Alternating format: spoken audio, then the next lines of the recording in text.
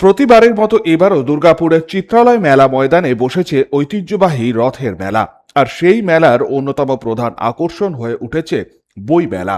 শুক্রবার সন্ধ্যায় এই বইমেলাতেই ভারত মাতা বুক স্টলের উদ্বোধন করলেন দুর্গাপুর পশ্চিমের বিধায়ক লক্ষণ চন্দ্র ঘোরই। উপস্থিত ছিলেন বিজেপি একাধিক নেতাকর্মী এবং বইপ্রেমী মানুষজন।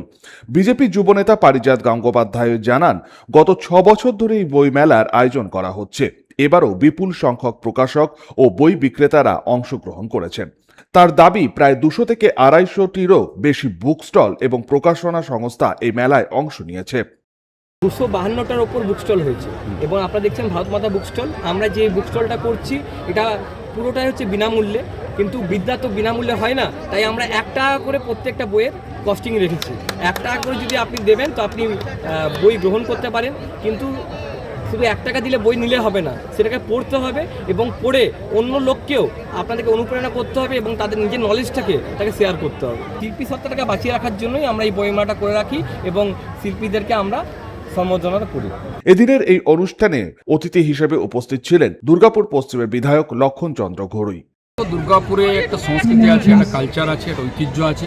সমস্ত এখানে অনেক বই প্রেমীরা আছেন যারা বইপত্র পড়তে ভালোবাসেন, বই পড়েন, লেখেন এবং বইও লেখেন। তো এটা একটা আমাদের ঐতিহ্য দুর্গাপুরে। তো এই বইমেলায় কেন্দ্র করে প্রত্যেক বছরই এই বইমেলা হয়ে থাকে, কিন্তু এই ভিতরে এখন ব্যতিক্রম যে আমি বুক স্টলে যে আসি এবং অনেক বুক স্টলে ঘুরেছি, অনেক বইপত্র কিনি প্রতিবারই।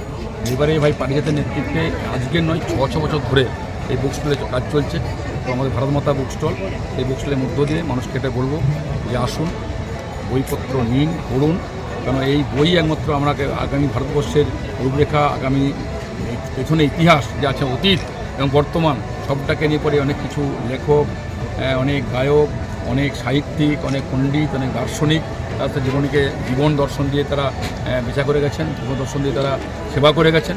সেই তাদের জীবনী, তাদের আত্মবলিদান এখানেও যেমন আছে, সঙ্গে সঙ্গে আমাদের মেলা ঐতিহ্য আছে দুর্গাপুরে। মানুষকে আহ্বান করব, বইপত্র কিনুন, মেলাও ঘুরুন, ছেলেমেয়েদেরকে নিয়ে আসুন, উপভোগ করুন এবং দুর্গাপুরের সংস্কৃতি কালচার যেন নষ্ট না হয় সেদিকে নজর রাখুন। সাধন রোজ 99 নিউজ বাংলা, দুর্গাপুর। আপনারা দেখছেন 99 নিউজ বাংলা। বদলাবো আমরা।